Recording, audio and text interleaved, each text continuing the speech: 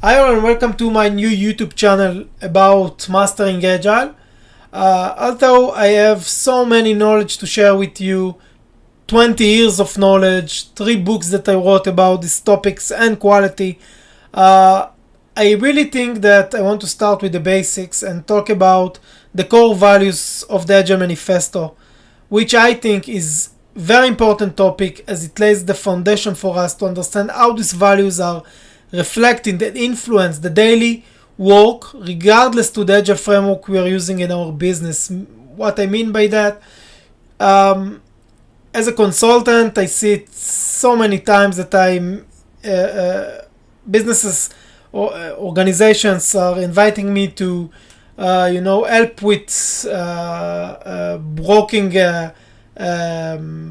implementations that most organizations are using Scrum and some of them Kanban, but as a consultant I see a very simple and basic reason for them to fail, because they are simply implementing a framework but without understanding the true meaning of Agile and what it represents. The frameworks are just frameworks, and if you are working in, I think, any framework without understanding what's the lecture means, then you are going to fail. So I see it all the time, and I think that I want to start with a very basic video about the core values and explain them. So once you are going to work with Agile frameworks, you have all the information and understanding to manage both the positive and negative sides that you will be encounter them. I promise you that. So make sure to stay until the end of this video to catch all the crucial information and practical examples that I'm going to share. So let's dive right in with a short review on Agile Manifesto and how it was created. So the Agile Manifesto was firstly introduced back in 2001. It was a revolutionary shift in software development paradigms. It made a complete turnaround in how we are approaching software development, because it represented much more than just a way to develop software. It was the first time that we saw any mindset about lightweight, responsive, and user-centric approach that was significantly different from what we had until down in traditional development methodologies. So let's start with more than 50 years ago, with the waterfall model that was actually the golden standards of software development until Agile was introduced. So let's make a quick recap if you are not familiar with this. The waterfall model was based on 5, sometimes 6 steps, which you must complete each step prior you can continue to the next steps.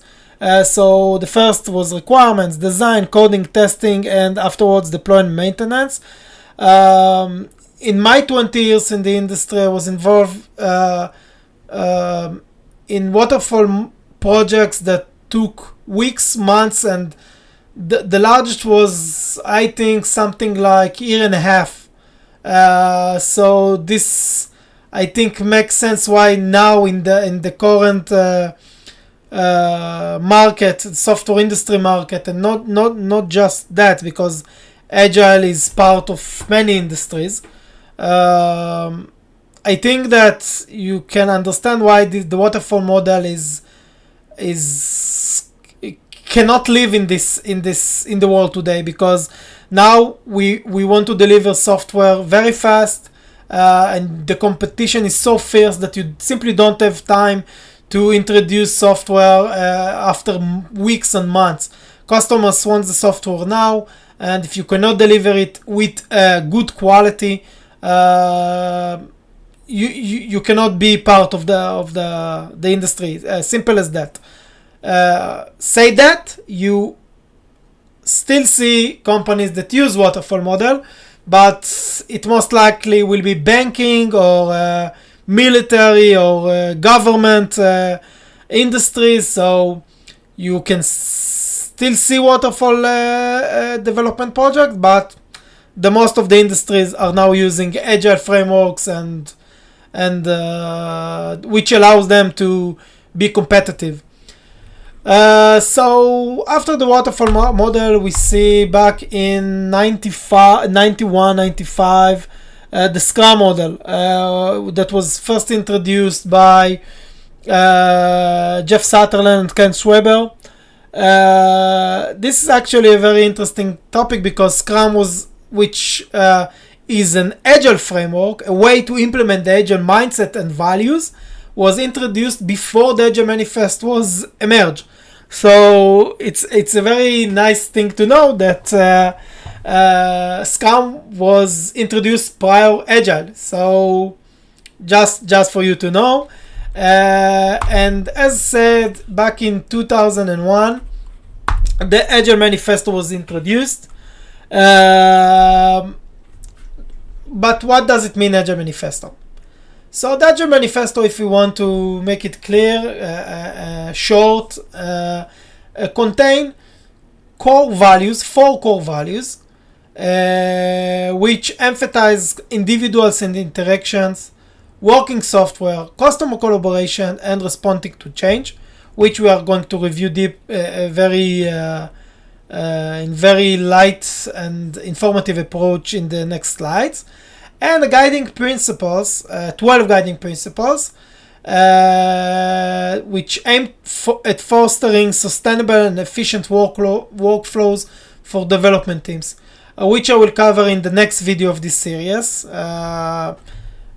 which remind me to please subscribe to my blog so you can get all the information. I promise you, I'm going to review topics that you will never find anywhere. So I think it's going to be a good idea to subscribe. So if you want to see, just a second. So this is the linear line between 1970 and 2001. But why it was so amazing approach, why it was adopted in so many organizations, because agile approaches priorities the important things, which are, for example, transparency, adaptability, and the thing that I like the most, continuous improvement, which is probably the most crucial aspect that I'm working with my teams about, because when you achieve continuous improvement, you're going to be better and more efficient sprint by sprint. So by focusing on iterative progress and frequent feedback, Agile helps organization to optimize the processes, mitigate risk early in the development. Once the development starts, you can actually see risk and reduce them. And the most important thing for me, because I'm coming from the quality field and I actually wrote a book, as you can see behind me, about quality. So Agile helps to deliver high quality software that actually meets user standards, because the customers can be involved in the all development process, starting from the requirements. So let's continue and review these core values and how they're reflected now in our day-to-day work. So just a second. First video. I'm still learning how to do it. I promise to become better in this, but let's start with the core values of the Agile Manifesto. So the Agile Manifesto contains 4 core values that are used to this day as the basis for all Agile frameworks. The 4 values are individual and interaction over processes and tools. Second, working software over comprehensive documentation. Third, customer collaboration over contract negotiation. And the final one, responding to change over following a plan. So, big words, and if you see, just a second, let's see if I can do a laser point. Let's see. Okay, just a second. I'm going to do it. Okay, so if you can see, the left values are marked as bold. So the left values are more important than the ones in the red. But what should we do when there is a conflict between either of the values? This is a good question, I think, because it's always a matter of balance, because the left values in bold are very important. Yes, we still need the values on the right. You cannot simply ignore them. It's not black and white. You always need to find the good balance that's suitable for your needs and the business needs and the development needs. So when there is a conflict between either of the values on the left you should consider them as which I think more weight, because if you want to balance it, always make sure that the left values are getting more points in your in your decision on how to handle an issue or conflict. So it's a very important thing to understand. So if I'm going to summarize, these are the values that introduced in the Agile Manifesto as the important ones, and the right values is what you are as you saw are more relevant to traditional methodologies such as the waterfall that I review, but there are many more. For example, the V model that I'm not going to review in this series, but there are other traditional methodologies which put more weight on the values from the right. So Agile is the values from the left. So let's continue now to start and review the value number 1. So the first value was individuals and the interaction over process and tools. So what we mean by that? This value bring to front the importance of people and their interactions as the primary contributors of project success. If you're familiar with traditional project management, there is often a heavy focus on following a very, very, very tight and heavy predefined processes and the use of specific tools that without them the organization will collapse and fail. While these elements are very important, Agile places higher value on the individuals who are actually doing the work. The development teams, the product owners, your POs, your technical support teams. It doesn't really matter. And the important thing is to focus on how they communicate and collaborate one with each other.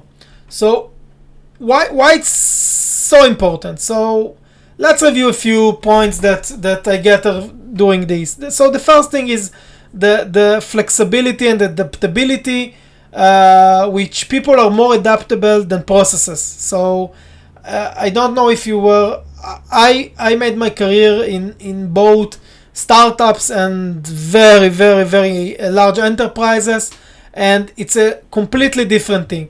Because if you want to change a process, for example, in an enterprise organization, it could take weeks and sometimes months of heavy bureaucracy and politics that you need to handle. But changing the mindset of people. If you come with a good idea and smart people will understand it, it's much more easier for them to make the adjustment. Rather, you need to focus on processes. When team members communicate effectively, they can quickly respond to change and new information, as I just give you the example, making the project more flexible and resilient. So when you talk about working software over comprehensive, when you talk about on individuals and interactions, the things that matter the most is that people will talk one with each other, which lead to another point, which is innovation and creativity. If you know, since the COVID, we have now organization that works only 2 days from the office or 3 days, and the other days people are working from home. So I don't say which one is better, but I can tell you this.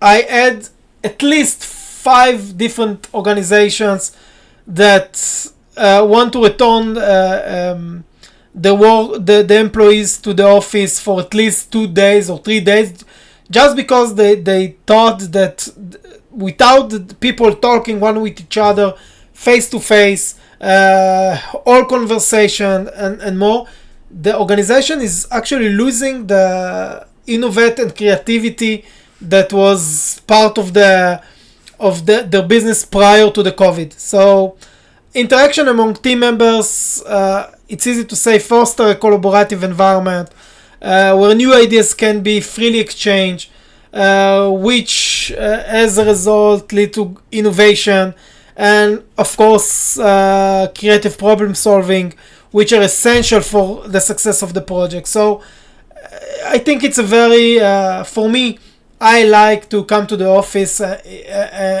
I'm not saying that I love to come 5 days a week. No, 2 days, 3 days is good for me. But I must say that when I have a problem, when I have an idea, I always prefer to do it face to face rather to Zoom, which is great. But this is just my side. Another thing that this value represents is responsibility and ownership. When people, let's don't say employees, it doesn't really matter. When people are valued over complex processes, they feel, I think it's very simple and fact to say, I think that they will feel a greater sense of ownership and responsibility for the project outcome. This often results in higher motivation and better performance of these employees, but I think it's a very basic human thing to be more, take more responsibility and ownership when you're being valued. I think it's a very basic thing. And the last thing that this value represents is, of course, communication, effective communication, face-to-face communication, and Zoom communication. It doesn't really matter, whatever you prefer. I think it's the cornerstone of any successful project. When we prioritize interaction between people, our teams, your teams, can ensure that everyone is on the same page, reduce the misunderstandings, and as a result, simply increase the efficiency. So, to close this part, I will say that while processes and tools are important, and believe me, I made my fortune on creating those processes for my organization, regardless to Agile quality KPIs. I must say that they always should be not be to serve and support the people involved in project, and not overshadow them or become the centric of the project. Back then, when I was new in the industry and I just started to create processes, it was my baby. So I remember that I make all the wrong things by telling people that they must be focusing on the process and simply ignore the outcomes. Where people are focusing more on the process, they become like zombies. And now after all of these years, I understand how to handle the people and not the processes, which is a huge benefit. I will actually, I'm going to make a dedicated video about this. Yes, how to implement processes in agile projects without making them the centric and the center of the business. So by focusing on people and their collaboration one with each other, we are increasing the potential of teams to create more responsive, dynamic, and ultimately a much more I don't know how to say it, let's say successful project environment. So let's move to the second value. Just a second. So the second value is working software over comprehensive documentation, which is a huge value. Why? This value shifts the focus from extensive documentation to the importance of delivering functional software as the primary measure of progress. What I mean by that? In traditional methodologies, documentation was I will start new.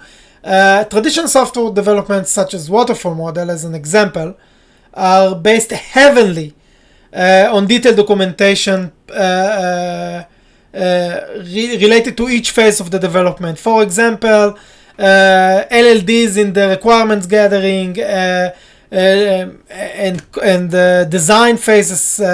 LLDs means low-level designs.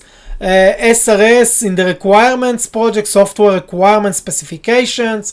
And if you want to move to the testing phase, we have the STPs, software test. Don't remember what that means. Planning, software test plans, which is the high-level design of your tests, your test project.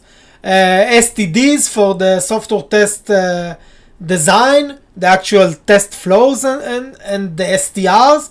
Once you complete the testing, you want to. So many documentation that you simply get lost. I saw, for example, LLDs and SRS that took months to gather and to construct, or STPs that designed the testing project that took weeks. It doesn't make sense in agile environments. So this may sound like a good idea because, some people say that you need to take the time to create such documentation, because if you make it right in the first place, it's going to guide the whole project to be successful. Well, it's true, but as I said and mentioned earlier, you simply don't have time for this. And to be honest, after being involved in so many projects, heavily documentations is not a guarantee for anything. So if the documentation becomes the main goal of the team, it's most likely become the bottleneck, taking focus away from delivering a working software. Because if your team should invest so heavily in creating the documentations, the progress of actually delivering and working on the software development is become a second part. So while embracing the value, we want to ensure that the team will shift the focus from documentation on actually delivering software with essential features with good quality. It doesn't need to be a supreme quality, but a good quality that meets customers' needs, and of course do it iteratively in sprints of 2 or 4 weeks, depends on the organization maturity and team capabilities and how your customers is pushing you. So the Scrum sprints, which are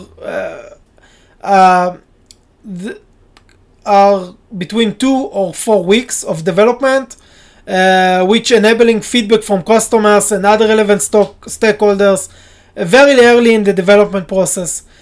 In addition, this approach ensures that the software development is in tune with user needs and expectation, which is crucial thing. Why? Because it's reducing the time and resources spent on extensive documentation that may not add value to the end user. And another point from my side, let's focus on a great example that I always love to share with my teams. I had test projects with one of the biggest organizations in the world, one of the top 10, you can guess. And I have 3 testers that was working on creating a test design doc. So I didn't manage the project, but after 3 weeks that they worked on these documents, I come as a consultant to start and review the documentation and to understand why it's taking so long. So cut the story short, they simply created hundreds of tests that just by seeing them you can understand that once they're going to start working on the project, at least 20% from these tests are obsolete, which they are not going to be tested, and many other tests doesn't make any sense. So you can say that they didn't do a good job, but I say that if they focus more on the test flows rather than test scripts that review each step of the way, it simply doesn't make sense, and it's worth creating a dedicated video for this also. So if we want to take the key points to understand this value better, so what does we want by introducing a working software per sprint? So the first thing, it's obvious, customer satisfaction. The primary goal of software project is to deliver value to your customers. Without it, you don't going to earn money. If you don't going to earn money, you cannot be part of the industry. So by focusing on working software, your teams can ensure that customer can see and use and be involved in the product early,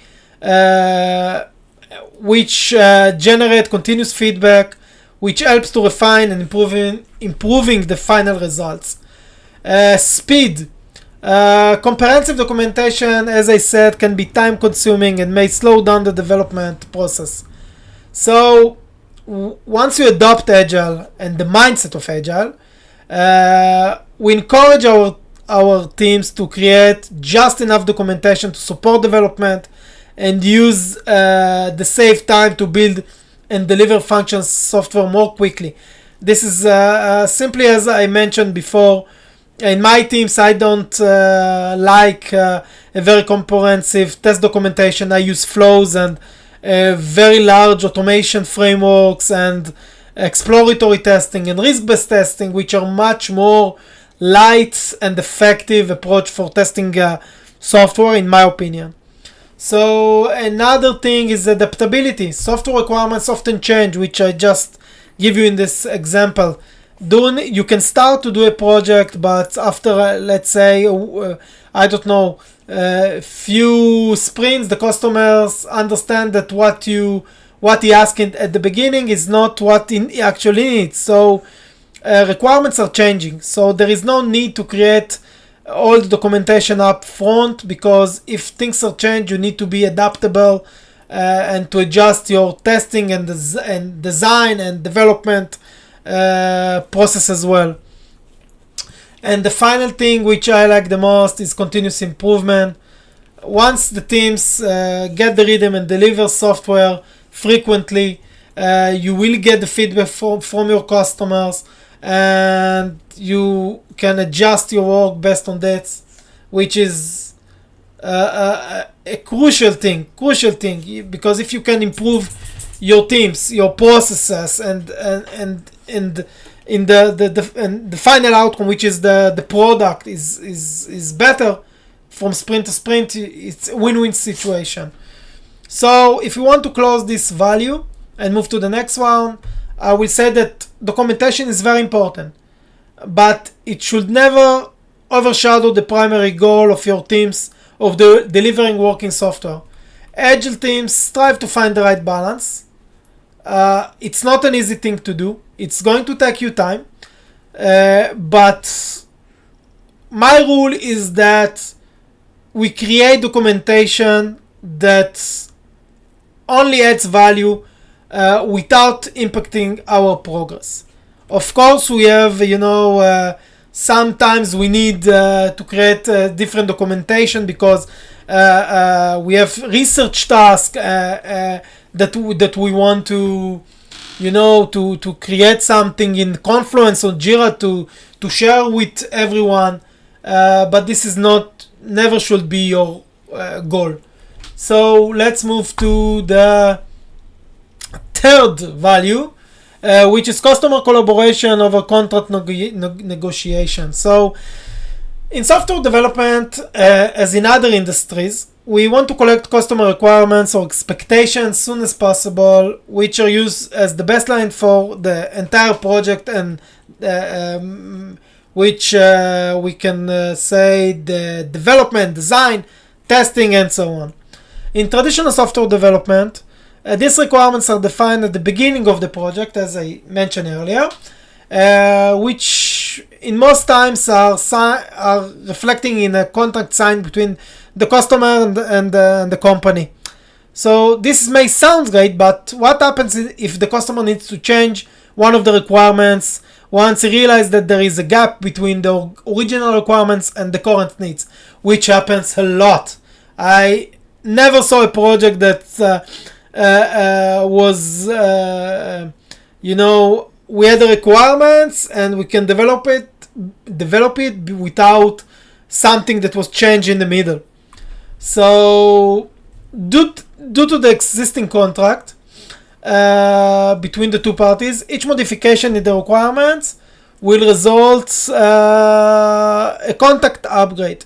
Modification to the customer contract are often denied by the software development company, which I think it's a very, maybe it's not nice, but companies want to earn money.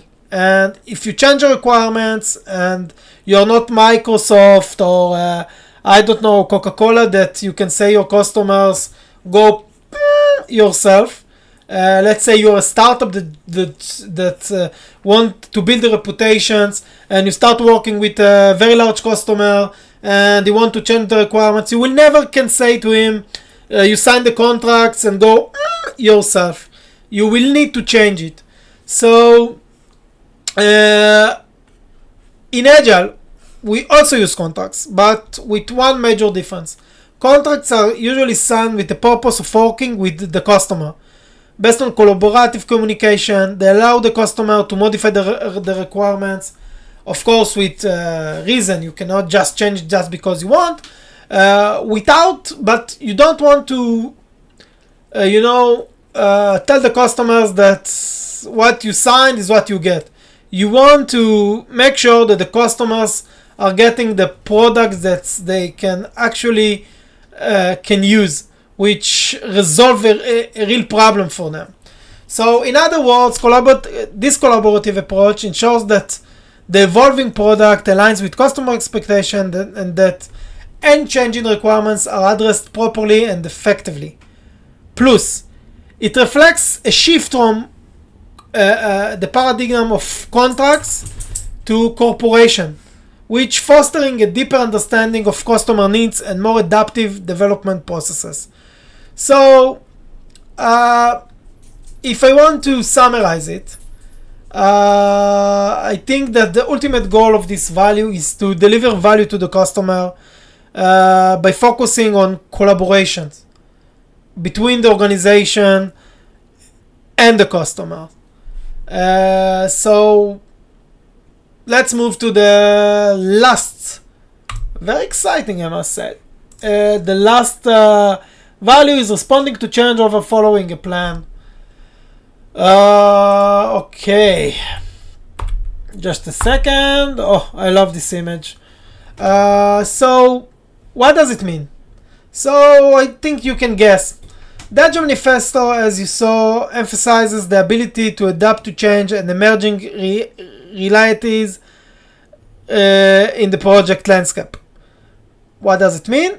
If I want to clarify this, what I just said, this value promotes, let's say, a more dynamic and fluent development environment where you ask to learn and make the adjustments as you go.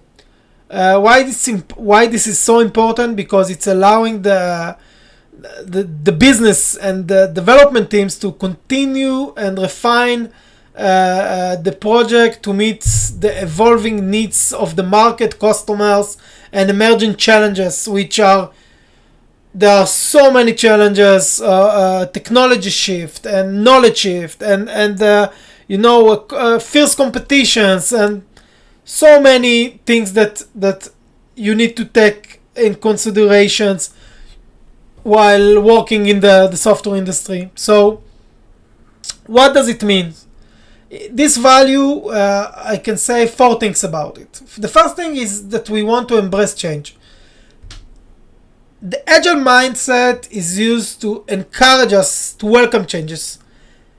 Even if they come late in the development process, this allows us to adapt to new information, market condition, or just the customer needs, as I mentioned earlier.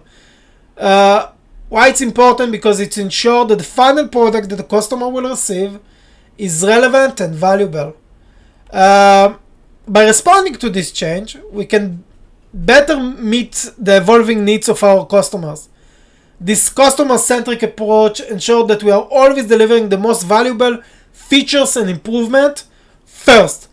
Why it's so important? Because let's say that I have a feature to a customer with 100 functionalities. So if we are using traditional working development approaches, we are going to develop all the 100 and deliver it to the customers. But as you most likely know by now, it doesn't mean that it's add real value. So because maybe the customer doesn't understand what he asked for from the beginning. So while using customer-centric approach, we are delivering the 100 functionalities per sprint. We can deliver a portion of them, and then get the feedback from the customers, and make the change and the shift to the customer needs.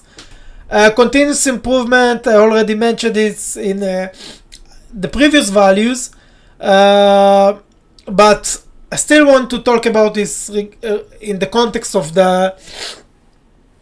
this value, because by regularly reviewing and adjust our plans based on the customer feedback, by the way, when I say customers can be other stakeholders in the business. Sometimes you have Agile teams that are technical support. They are, BI teams that work on analysis, inside analysis in the organization.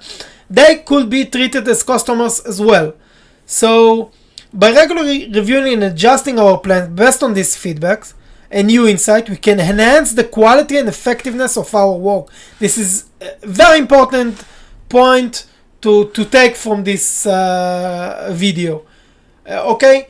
And the last thing, which I wrote another book about, risk in the software industry, you are minimizing risk because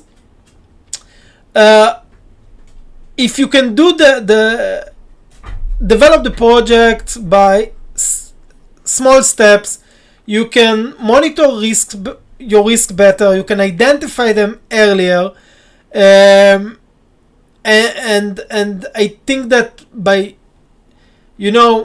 finding them and early in the project will result mitigation plans which ensure that we can continue the development and deliver the value to our customers without taking the risk as we have in traditional development project, because the risk can be most likely will, in many cases we had risks that in traditional methodologies that you cannot think of them early in the project. So I think that minimize risk is a very, very important point here.